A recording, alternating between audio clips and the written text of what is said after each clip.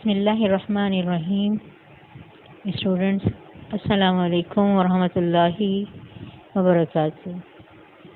हम कंटिन्यू करेंगे second year physics SIM board chapter 13 current electricity, और हम इसमें कर रहे थे पास्ट पेपर्स के न्यूमेरिकल्स। तो आज हम करेंगे इसमें पास्ट पेपर के न्यूमेरिकल्स 2018 से लेके 2022 तक। अब देखें इसमें क्या न्यूमेरिकल आया है। 2018 में क्या न्यूमेरिकल है, find the potential difference across the two ends of 15 metre long copper wire 0.5 millimeter in diameter to maintain steady current of 4 ampere. Resistivity of copper 1.54 exponent -8 ohm metre. यानी आपके पास एक वायर है, copper wire, ठीक है, material बता दिया copper है और इसकी लेंथ है 15 मीटर, ठीक है, और वायर है तो इसका मतलब है उसकी शेप क्या होगी, सिलेंड्रिकल शेप होगी। तो जब सिलेंड्रिकल शेप होती है तो उसका जो एरिया ऑफ क्रॉस सेक्शन होता है वो होता है एरिया ऑफ सर्कल, यानी उसका जो क्रॉस सेक्शन होता है वो सर्कुलर शेप का होता है। तो फिर उसके एरिया के लिए हमें एरिया ऑफ सर्कल का फार्मूला अप्लाई करना पड़ता है, और फिर हमें प्रॉब्लम में, ठीक है, डायमीटर या रेडियस गिवन होता है। तो यहाँ पे आपको डायमीटर गिवन है उस वायर का 0.5 मिलीमीटर, क्या है ये डायमीटर है। इसमें करना क्या है कि हमें इस वायर में 4 एम्पेयर करंट फ्लो करवाना है। उसके लिए हमें क्या करना होगा, इसको वोल्टेज देना पड़ेगा, ठीक है, कोई बैटरी लगानी पड़ेगी। तो हम इसे कितना वोल्टेज दें, कितनी वोल्टेज की हम बैटरी लगाएं कि इस वायर में से 4 एम्पेयर का करंट फ्लो हो, ठीक है, क्योंकि जब करंट फ्लो होता है वो तो according to resistance of the wire, ठीक है, फ्लो होता है। अगर रेजिस्टेंस ज़्यादा होगी तो क्या होगा, करंट कम होगा, अगर रेजिस्टेंस कम होगी तो करंट ज़्यादा होगा, ठीक है। फिर यहाँ पे हमें दिया हुआ रेजिस्टिविटी ऑफ कॉपर, ठीक है, ये इसकी कांस्टेंट वैल्यू होती है और कांस्टेंट की वैल्यूज़ गिवन होती हैं। अब हम डाटा बनाएंगे।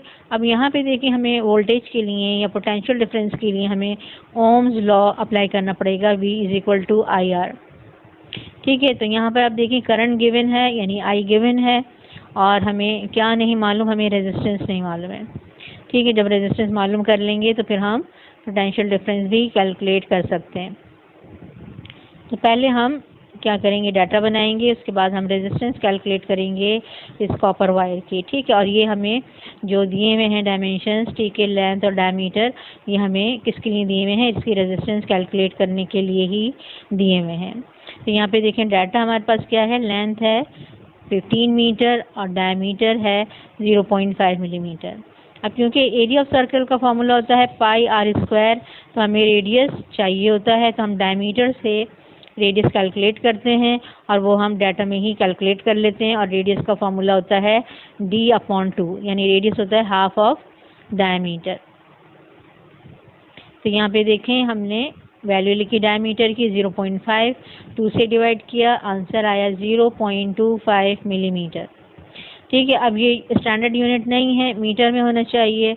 अब मैंने आपको बताया था ये मिली होता है और ये मीटर होता है।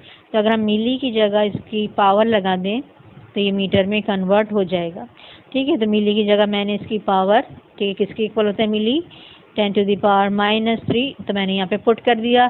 तो अब ये 0.25 10⁻³ मीटर, ये मीटर में कन्वर्ट हो गया, ठीक है। और इसी तरह हम अगर इसको कैलकुलेटर में फीड कर देंगे हमारा आंसर सही आ जाएगा। हमें इसको, ठीक है, साइंटिफिक नोटेशन में स्टैंडर्ड फॉर्म में लिखने की ज़रूरत नहीं है। ये करंट दिया हुआ है हमें 4 एम्पेयर और रेजिस्टिविटी जिसको हम रो से रिप्रेजेंट करते हैं 1.54 एक्सपोनेंट -8 ओम मीटर। और हमें कैलकुलेट क्या करना है अकॉर्डिंग टू प्रॉब्लम, ठीक है, हमें, ठीक है, वोल्टेज कैलकुलेट करना है। तो पहले हम कैलकुलेट करेंगे रेजिस्टेंस, और ये रेजिस्टेंस का फॉर्मूला बेसिक फार्मूला होगा, ठीक है, जिससे हम रेजिस्टेंस कैलकुलेट करते हैं और जो हम रेजिस्टेंस 0 डिग्री सेल्सियस भी कैलकुलेट करते हैं इसी फार्मूले से। तो ये होता है R = ρ L/A। ठीक है। ए क्या है? Area of cross section. ठीक है, क्रॉस सेक्शन क्या है? सर्कुलर। तो हम एरिया ऑफ सर्कल का फॉर्मूला यहाँ अप्लाई करेंगे, पाई आर स्क्वायर, और अब हम वैल्यूज पुट कर देंगे। रो की वैल्यू पुट की 1.54, एक्सपोनेंट -8। ठीक है, लेंथ है 15 और पाई की वैल्यू होती है 3.142 और रेडियस है 0.25, एक्सपोनेंट -3 और यहाँ पे स्क्वायर है तो यहाँ पे भी हमने स्क्वायर अप्लाई किया है। सबसे पहले आप क्या करेंगे? ठीक है, यहाँ पे न्यूमरेटर में इन दोनों को मल्टीप्लाई कर लेंगे। मल्टीप्लाई करने के बाद ठीक है इक्वल आंसर आ जाएगा। उस आंसर को आप इससे डिवाइड करेंगे 3.142 से। ठीक है, फिर इक्वल करेंगे, आंसर आएगा। फिर उसके बाद आप लिखेंगे 0.25 एक्सपोनेंट -3, स्क्वायर की होगी वो प्रेस कर देंगे, स्क्वायर आ जाएगा। फिर इक्वल करेंगे तो फाइनल इसका आंसर आ जाएगा रेजिस्टेंस का 1.176 ओम। ठीक है, और यहाँ पर मैंने ठीक है 6 से आगे भी डिजिट थे तो मैंने इसको राउंड ऑफ करके लिख लिया है ये। ठीक है, यानी कि 6 देखें एक बड़ा नंबर है, तो जब 5 या 5 से ग्रेटर नंबर होता है तो हम उसको इग्नोर नहीं कर सकते हैं। अगर आपको ये 2 डिजिट तक आंसर लिखना है तो फिर आप इसको कैसे लिखेंगे? 1.18 आप लिखेंगे। ठीक है, तब ये सही होगा। ठीक है, और ये आप इसको अगर ऐसे लिख रहे हैं 1.176 तब ये सही है। ठीक है, ये आ गया रेजिस्टेंस ओम में। अब हम कैलकुलेट करेंगे potential difference across 2 ends of wire. तो ये according to ohm law V is equal to I R. I given है हमें 4 और रेजिस्टेंस हमने कैलकुलेट की है 1.176।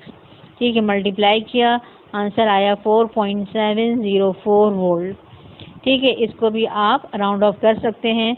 अगर आप राउंड ऑफ करेंगे तो इसका आंसर 4.7 ठीक है आ जाएगा। ठीक है, ये भी सही होगा।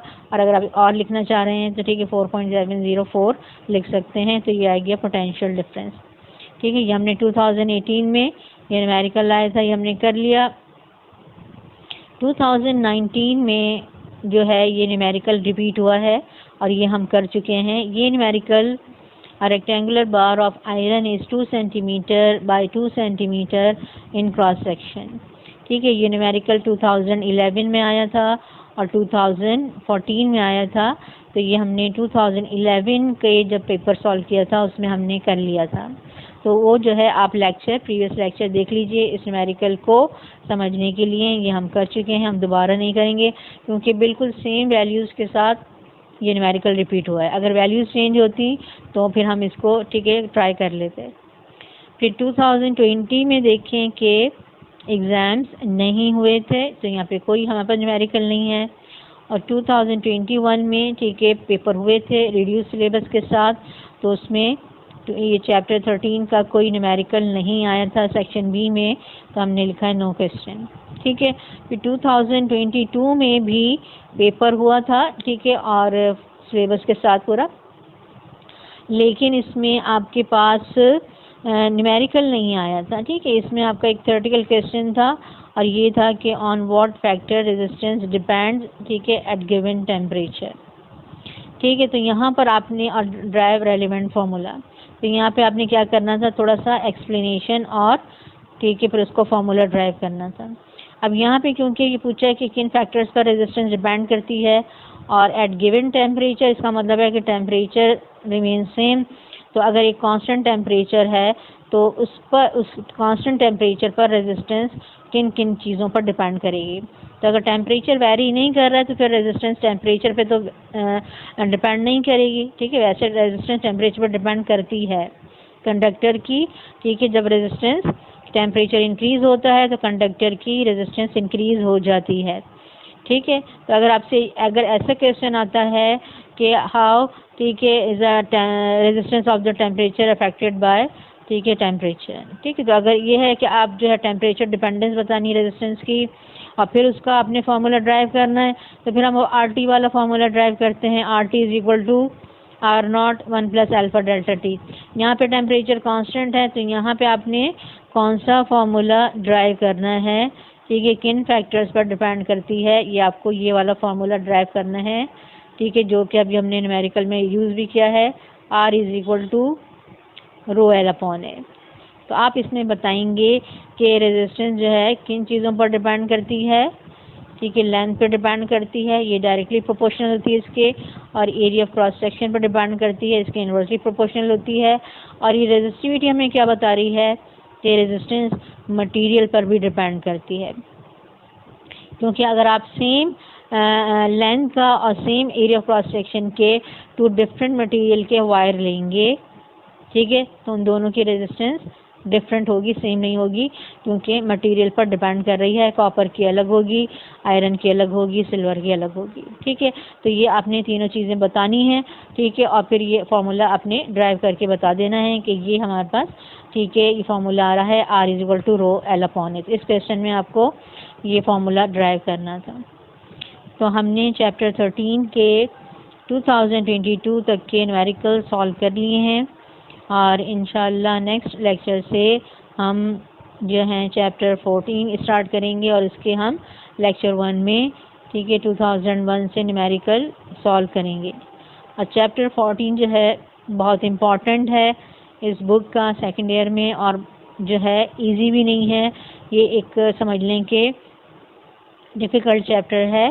तो इसके न्यूमेरिकल जो है हमें देखने हैं और करने हैं और समझने हैं, ठीक है, बहुत तवज्जो के साथ इसको समझेंगे और करेंगे ताकि आगे आपको कोई प्रॉब्लम ना हो, ठीक है। तो फिज़िक्स में आप ये देख लीजिए कि आपने शुरू से मेहनत करनी होती है। अगर आपको अच्छे नंबर लेने हैं, अच्छे मार्क्स लेने हैं फाइनल एग्ज़ाम में, तो ये नहीं हो सकता कि आप एग्ज़ाम से 1-2 महीने पहले पढ़ लें और आपके फिज़िक्स में अच्छे नंबर आ जाएं, क्योंकि ये मैथ्स की तरह ये सब्जेक्ट भी आपका प्रैक्टिस मांगता है। अगर आपने एक दफ़ा सॉल्व कर लिया है, ठीक है, तो उससे आपकी प्रैक्टिस नहीं हुई है, या आपने कहीं से सॉल्यूशन देख लिया है तो उससे आपकी प्रैक्टिस नहीं हुई है, और उसके बाद अगर आप सॉल्व करेंगे किसी एग्ज़ाम में, टेस्ट में, तो आप लाजमी जो है उसमें मिस्टेक करेंगे, गलती हो सकती है, बहुत ज़्यादा चांस है। लेकिन जितनी आप ज़्यादा प्रैक्टिस करेंगे न्यूमेरिकल्स की, अपने बुक के न्यूमेरिकल्स की, अपने पास्ट पेपर्स के न्यूमेरिकल्स की, ठीक है, तो उससे आप क्या करेंगे, आपकी फिर मिस्टेक्स नहीं होंगी और आप बिल्कुल सही न्यूमेरिकल सॉल्व करेंगे।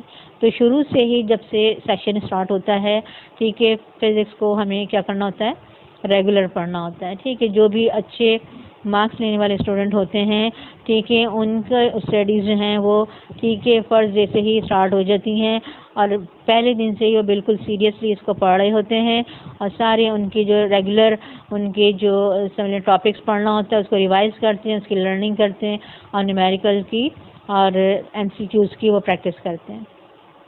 इस तरह से उनकी साथ साथ तैयारी होती है, और बाद में फिर टेस्ट और एग्ज़ाम के साथ मज़ीद जो है वो उसमें बिल्कुल, ठीक है, वो परफेक्ट हो जाते हैं, ठीक है। तो इस तरह आपने अभी से इसको तैयारी करनी है, अच्छी तरह से करना है। कोई भी चीज़ समझ में नहीं आए, आप जो है क्वेश्चन कर सकते हैं, कमेंट्स बॉक्स में पूछ सकते हैं, ठीक है, ज़रूर पूछिएगा, ठीक है, आपको बताया जाएगा। और इसको, ठीक है, आगे भी शेयर करें ताकि आपके फ्रेंड्स, आपके रिलेटिव्स, ठीक है, आपके जो भी और कज़न्स हैं जो कि क्लास में हैं फर्स्ट ईयर सेकेंड ईयर में, ठीक है, वो भी जो हैं, ठीक है, उनको भी इसका बेनिफिट जो है मिल जाएगी। तो उम्मीद है आपको ये लेक्चर समझ में आ गया होगा। इंशाल्लाह हम इसे कंटिन्यू करेंगे आगे। अस्सलामु अलैकुम वरहमतुल्लाहि वबरकातुहू।